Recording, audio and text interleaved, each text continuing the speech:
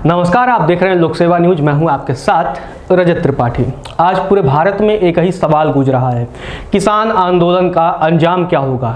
क्या सरकार बैकफुट पर जाएगी या किसानों को पीछे हटना पड़ेगा, या फिर सरकार और किसान के बीच दो दो हाथ होगा? यही सवाल पूरा भारत पूछ रहा है और पूरा भारत यह भी जानने की कोशिश कर रहा है कि आखिर किसान आंदोलन खत्म कब होगा और कैसे होगा।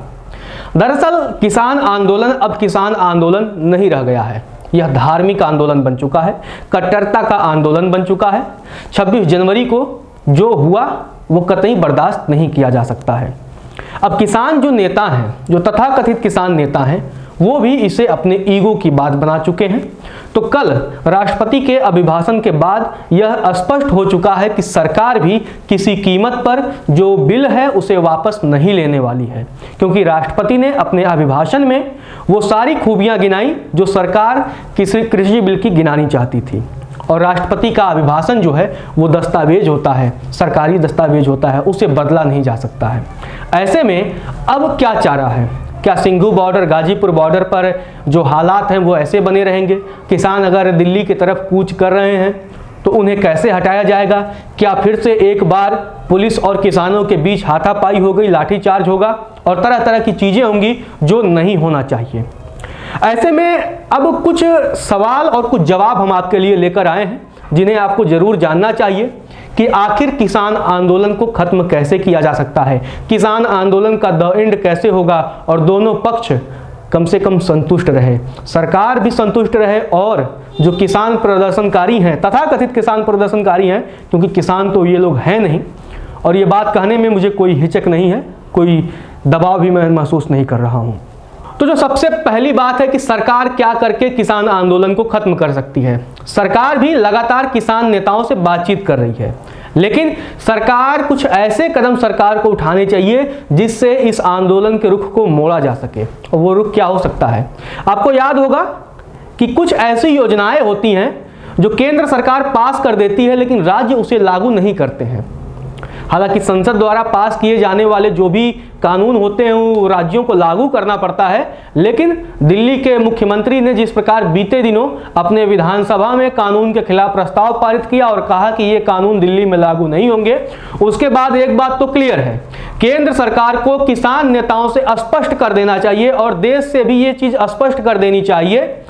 केंद्र सरकार को यह कहना चाहिए कि चलिए, हमने संसद से जो कानून पास किए हैं अब वे राज्यों पर निर्भर करेंगे कि वे लागू करें या नहीं। अब इससे होगा क्या? अब मान लीजिए केंद्र ने यह कह दिया कि जिन राज्यों को अपने वहां कानून लागू करना है वे करें, जिन राज्यों को नहीं करना है वो मत करें। अब क्या होगा? पंजाब तो लागू नहीं करेगा, बंगाल लागू नहीं करेगा, राजस्थान लागू नहीं करेगा, छत्तीसगढ़ लागू नहीं करेगा। इसके अलावा भी कई ऐसे राज्य हो सकते हैं जो लागू न करें।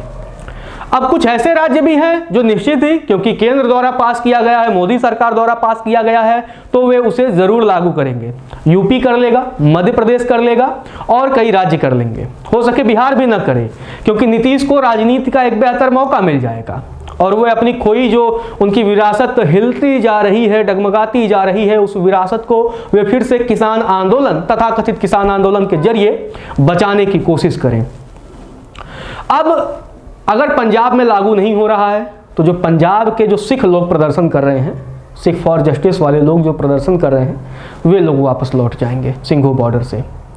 अगर यूपी लागू करता है तो जिनको प्रदर्शन करना है, ये जो दलाल बैठा है किसानों का, राकेश टिकैत, इसको क्या होगा? अब जाओ लखनऊ, तुम्हें प्रदर्शन करना है, जाओ योगी के खिलाफ करो, लखनऊ में मुख्यमंत्री आवास का घेराव करो, फिर पता लग जाएगा, दूध का दूध पानी का पानी हो जाएगा तुम्हारे आंदोलन की। इससे क्या होगा? जो पिछले 2 महीनों से दिल्ली के जो लोग बंधक बने हुए हैं इस तथाकथित आंदोलन की वजह से, उन्हें आजादी मिलेगी। अगर आपको इस देश का संविधान किसानों को, अगर जो भी किसान अपने आप को कहना चाह रहे हैं, वैसे तो ये है नहीं, ये बात आपको मैं फिर से क्लियर कर देता हूं, और ये उन्हें भी क्लियर हो गया है कि जब ये लोग तलवार निकाल करके पुलिस वालों पर जो है हमला करने की कोशिश कर रहे थे, ये किसान भारत का नहीं कर सकता है। और इसके बाद सबसे बड़ी चीज क्या निकल के आएगी कि दिल्ली में लोगों को मुक्ति मिलेगी। अगर आपका सड़क पे प्रदर्शन करना अधिकार है, संवैधानिक अधिकार है, तो उसी संविधान ने मेरे जैसे एक आम नागरिक को भी ये अधिकार दिया है कि मैं उस सड़क के रास्ते जा सकूं। मंत्रालय ने, भारत सरकार ने वो सड़क इसलिए नहीं बनवाई है कि आप वहां बैठ के प्रदर्शन कर सके, वो सड़क इसलिए बनवाई है कि भारत का आम नागरिक उस सड़क का इस्तेमाल कर अपने जो है अपने जीवन में वो कर सके, इसलिए भारत सरकार ने वो सड़कों को बनवाया है। अब मान लीजिए एक और चीज निकल के आएगी, ये बड़ी चीजें हैं जो बड़े ध्यान से मैं कोशिश कर रहा हूं कि आपको समझा पाऊं, जिससे आपको भी क्लियर हो कि इस आंदोलन का रूपरेखा फिर क्या हो सकती है। अब मान लीजिए यूपी, मध्य प्रदेश और कुछ राज्यों में ये कानून लागू हो गया। अगर 70 साल तक, चलिए मोदी जी मान लीजिए 70 साल तक अगर किसानों का बेड़ा गर्क होता रहा है तो अगले 5 साल और हो जाए, क्या फर्क पड़ता है आपको? क्या फर्क पड़ जाएगा आपको सर? लेकिन अब मान लीजिए बंगाल में लागू नहीं हुआ, ठीक है, पंजाब में लागू नहीं हुआ और राज्यों में लागू नहीं हुआ, और अगर यूपी में लागू हो गया, मध्य प्रदेश में लागू हो गया, अगर इस कानून की वजह से मध्य प्रदेश और यूपी के किसानों को अगर लाभ मिलना शुरू हो गया, उन्हें प्रॉफिट होने लगा, तो आपको तो पता है फिर बंगाल का भी किसान कहेगा, पंजाब का भी किसान कहेगा 2 साल 3 साल 4 साल बाद, अरे भाई जो कानून वहां लागू है वो हमें भी लागू कराओ। अगर वहां ऐसा नहीं होगा, मान लीजिए कांग्रेस की हो, टीएमसी की हो या और किसी पार्टी की सरकार हो, वो कहेगी जी नहीं जी हम लागू नहीं करेंगे, ये कानून मतलब इतना काला है कि कोयले से भी ज्यादा काला है, तो फिर क्या होगा? वहां की जनता, चुनाव होंगे, और ये लोकतांत्रिक देश है, जब जनता को लगता है कि उसका हित नहीं हो रहा है तो सत्ता चुटकियों में बदल देती है। तो ये चीजें होंगी। अब जैसे बंगाल में आप चुनाव हो रहे हैं, मोदी जी आप ही कहते हैं बराबर कि बंगाल के, मेरे प्यारे बंगाल के दोस्तों मित्रों, आपको प्रधानमंत्री सम्मान योजना के तहत 6,000 रुपये नहीं मिल रहे, तो ममता सरकार को हटाओ, 6,000 रुपये पाओ। तो अब मान लीजिए वो 6,000 रुपये उन्हें नहीं मिल रहे हैं, तो अगर बंगाल के लोगों को ये लगेगा कि आपकी योजना कल्याणकारी है, आपकी योजना से उन्हें लाभ हो रहा है, तो निश्चित ही अगर ममता उसको लागू नहीं कर रही है तो चुनाव में जनता उन्हें सबक सिखाएगा। तो ये चीज करके आप सीधे इस आंदोलन को खत्म करने की एक कोशिश कर सकते हैं। जब जो अब तक आप लिख के देने को तैयार हैं उसे लिख दीजिए और ये सीधा कह दीजिए। संविधान के जानकार जो लोकतांत्रिक प्रक्रिया को और अच्छे से समझते हैं, उन्हें ये पता होगा कि इस प्रकार की चीजें की जा सकती है, व्यवस्था बनाई जा सकती है, कोई चीज अटल नहीं है, तो इसको बदलाव किया जा सकता है। अब चर्चा कर लेते हैं राकेश टिकैत का, क्योंकि जिस प्रकार उन्होंने आंसू बहाए, तो राकेश टिकैत बेसिकली न किसान नेता हैं न किसान हैं, ये सियासत की कठपुतली हैं। जी हाँ, सही सुन रहे हैं आप, मैं कुछ गलत नहीं बोल रहा हूँ। एक कभी राजनाथ सिंह के पीछे खड़े होकर के जब राजनाथ मंच से राकेश टिकैत के सम्मान में बड़ी बातें किया करते थे, अब वो उस दौर की बात है जब 2014 के पहले की बात है, जब बीजेपी सत्ता में नहीं थी, एनडीए की सरकार सत्ता में नहीं थी, यूपीए उस समय सत्ता में थी। तो उस समय ये राकेश टिकैत, क्योंकि क्या होता है कि राकेश टिकैत वो व्यक्ति है जिसके पास 150, 500, 5,000, 5 लाख जो भी आप मान लें, कोई कहेगा 5 लोग भी नहीं है, कोई कहेगा यार उसके साथ तो पूरा देश खड़ा है, वो अपने अपने स्तर पे आप अपने हिसाब से मान लीजिए। वो कठपुतली है जिसका सियासी दल बखूबी इस्तेमाल करते हैं, नचाते हैं। बेसिकली वो घोड़े का काम है, शतरंज के विसात में वो घोड़ा है, ठीक है जी। वो 2.5 पदक, मतलब सीधे नहीं जाएगा, टेढ़ा नहीं जाएगा, वो 2.5 कूद के जाएगा। तो राकेश टिकैत वो हैं। और राकेश टिकैत के बारे में मैंने कुछ रिसर्च करने की कोशिश की, उसी के कुछ करीबी लोगों ने बताया ये दलाली भी करते हैं। कमाई कहाँ से होती है इनका बता दें, खेती बाड़ी तो जो करते होंगे। जब चीनी मिलों पे ट्रैक्टर किसान लेके जाता है तो लाइन में लगवाने के लिए पर ट्रैक्टर ये 100 रुपया वसूलते हैं। और ये बात मैं सूत्रों के हवाले से कह रहा हूँ, जिन करीबियों ने उनके बताया वो लोग कैमरे पे ये बात कहने से इनकार कर दिए कि भाई कल को कुछ और भी खतरा हो सकता है, लेकिन मुझे कहने में कोई डर नहीं है। और ये ऐसा होता है। और जो लोग खेती किसानी से जुड़े लोग हैं, जिनको थोड़ा सा भी अनुभव होगा, उन्हें पता होगा कि इस प्रकार के जो किसान नेता होते हैं, मजदूर नेता होते हैं, वो किस प्रकार उन्हीं का शोषण करते हैं।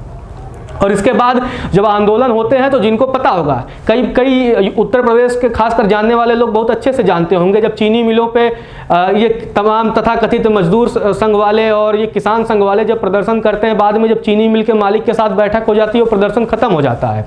और जो मुद्दे जैसे पहले थे वो तस के तस रह जाते हैं, जस के तस ही वो रह जाते हैं। क्योंकि क्या होता है, जो आपके मजदूर नेता होते हैं, किसान नेता होते हैं, और मैं बड़े करीब बहुत लोगों को जानता हूँ ऐसे, जो बाद में क्या होता है डील कर लेते हैं, कुछ 1 लाख 2 लाख 5 लाख जिसकी जितनी हैसियत होती है उस हिसाब से वो डील कर लेते हैं और आंदोलन को जो है फिर वो मोड़ देते हैं। इसी प्रकार ये भी है, क्योंकि ये अब जातिगत आंदोलन है, वहाँ जाट लोग बैठे हैं, ऐसे जाट लोग हैं जिनको पश्चिमी उत्तर प्रदेश में कुछ ऐसी पार्टियां हैं जिनका जो सियासी जो ज़मीन है वो पूरी तरह खिसक चुका है। अब वो उसे कोशिश कर रहे हैं। अब ये कहते हैं कि ये लोग हमारे दादाजी किसान नेता थे। अब तुम क्या हुए ये तो बता दो यार। तुमने तो कभी किसानों के बीच गए नहीं, तुम खेती तुमने किया नहीं, तो अब अपने आप को ये लोग किसान नेता कहते हैं। ठीक है, तो ओवरऑल कुल मिला जुला करके कहना यही है। ये तो भड़ास बहुत है निकालने को, क्या क्या कहा जाए। जिस प्रकार सोशल मीडिया पे आपस में लोग एक दूसरे से लड़ रहे हैं, एक दूसरे से मतलब एक दूसरे, अब हो क्या रहा है, ये किसान आंदोलन भक्त वर्सेस चमचों की लड़ाई हो चुका है। भक्त सही बताने में लगे हैं, चमचे उसको कह रहे नहीं जी गलत है, ये देश बेच देंगे। ये देश कोई नहीं बेच सकता। ठीक है, जिन लोगों ने बेचने की कोशिश की वो निकल लिए, कितने आए और कितने गए पता ही नहीं चला। कुछ का तो नाम इतिहास में भी नहीं है। हाँ, कुछ को पढ़ाने की कोशिश की जाती है, क्योंकि हमारी कुछ सरकारें ऐसी रही हैं, कुछ ऐसे लोगों को पढ़ाने की कोशिश करती हैं जिनका इस देश से मतलब कोई विशेष योगदान तो है ही नहीं सिवाय अय्यासियों के। लेकिन क्या करिएगा, यही इस देश का भाग्य रहा है या दुर्भाग्य कहें, लेकिन फिर भी ये देश है और देश हमेशा रहेगा। हम आप और जितने भी लोग हैं, सत्ताधीश हों, किसान संगठन के लोग, कितने लोग आएंगे जाएंगे, ये देश रहेगा। और इस देश की संपत्ति को नुकसान पहुंचाने वाले, इस गरिमा को नुकसान पहुंचाने वाले, जिन लोगों ने इस देश की गरिमा को नुकसान पहुंचाया है, कल वो नहीं रहेंगे, लेकिन इस देश की गरिमा रहेगी। जिस लाल किले पर तिरंगे का अपमान हुआ, वो लाल किला जब से बना है वो तब से है। उसने नेहरू को भी देखा, शास्त्री को भी देखा, इंदिरा को भी देखा, राजीव को भी देखा, नरसिम्हा राव को भी देखा, अटल को भी देखा, मोदी को भी देख रहा है, और इसके बाद न जाने कितने लोगों को वो देखेगा। उसकी मान, उसकी गरिमा बनी रहनी चाहिए। अगर उसकी गरिमा है तो हम हैं। फिलहाल इतना ही कहना है सरकार से। अगर सरकार तक मेरी बात पहुंचे तो ये सीधा सीधा आप खुल्लम खुल्ला ऐलान कर दीजिए, जिन राज्यों को लागू करना है करें, जिन राज्यों को मत करना है वो मत करें, और आप वापस मत लीजिए। क्योंकि हो सके कि इस कानून को लागू करके देखें, अगर मेरे देश के किसानों को इससे लाभ मिलता है तो बड़ी अच्छी बात होगी, और मिलना भी चाहिए। इस देश का अगर किसान समृद्ध होगा, संपन्न होगा, तब जा कर के हम एक उस भारत के बारे में जिसकी हम कल्पना कर रहे हैं कि कभी भारत सोने की चिड़िया हुआ करता था। किसी ने नहीं देखा सोने की चिड़िया था या नहीं था, लेकिन ये भारत संपन्न होना चाहिए, समृद्ध होना चाहिए, खुशहाल होना चाहिए, जो सबसे ज़्यादा ज़रूरी है। फिलहाल के लिए इतना ही। आप देखते रहिए लोक सेवा न्यूज़।